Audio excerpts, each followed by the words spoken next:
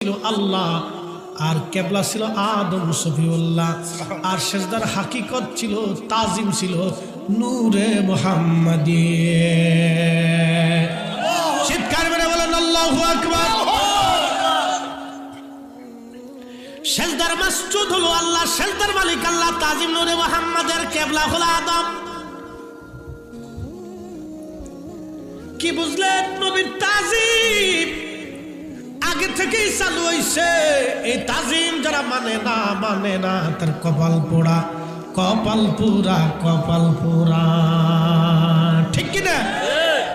এই জন্য নবী মানলো যারা, আল্লাহ পাইল তারা। নবী না মানে যারা, মহাহেদ কাফের তারা এ দুনিয়া। ঠিক কিনা? রূপকাঠির ওই নৌকা খাড়ি নাহি ডুবার ভয়, তোরা কে যাবি নবীর নৌকাতে আয়। যদি ওনার সাথে মতের পার্থক্য আমাদের আছে, কিন্তু দু চারটি কথা ভালোই লাগছে। আবার অনেক কিছু কথা আছে যেগুলি শিরিক।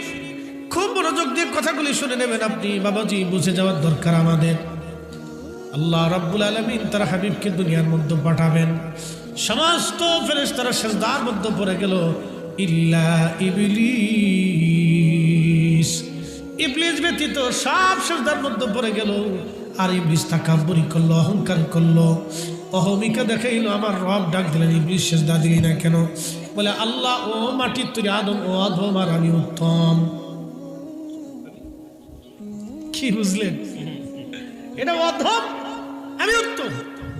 এই জন্য আমাদের সমাজে কেউ যদি নিজেকে ভালো মনে করে, অন্যরা খারাপ মনে করে, তাহলে বুঝবেন এটা শয়তান। এই আসতে গেলেন কেন? জোরে বলেন। এটা কি? শয়তান।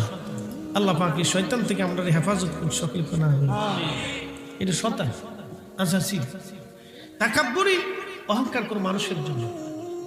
মানুষের কোনো অহংকার আছে? আমাদের অহংকার করার মতো কিছু আছে? কি আছে কোন? তো 3 দিন গোসল না করলে 4 দিনের মধ্যে শরীর থেকে পাড়ার গন্ধ হয়। কি আসতে কোন? জোরে কোন? ঠিক কিনা? এই আপনি যত বড় অফিসার, যত বড় শিক্ষিত হন, ঢাকা ইউনিভার্সিটির চ্যান্সেলর হলেও মাপ নাই, 7 দিন যদি সেটা গোসল না করে তো শরীর থেকে পাড়ার গন্ধ হয়। কথা ঠিক কিনা? তো এই মানুষের অহংকারের কি আছে? কিচ্ছু নেই। এই যে আমার করে সিলে পাল্লা করতেছি, এটা আমার, এটা আমার, এটা আমার, এটা সেটা, এই সিলে আমার কিচ্ছু নাই। সব কার? আমার সার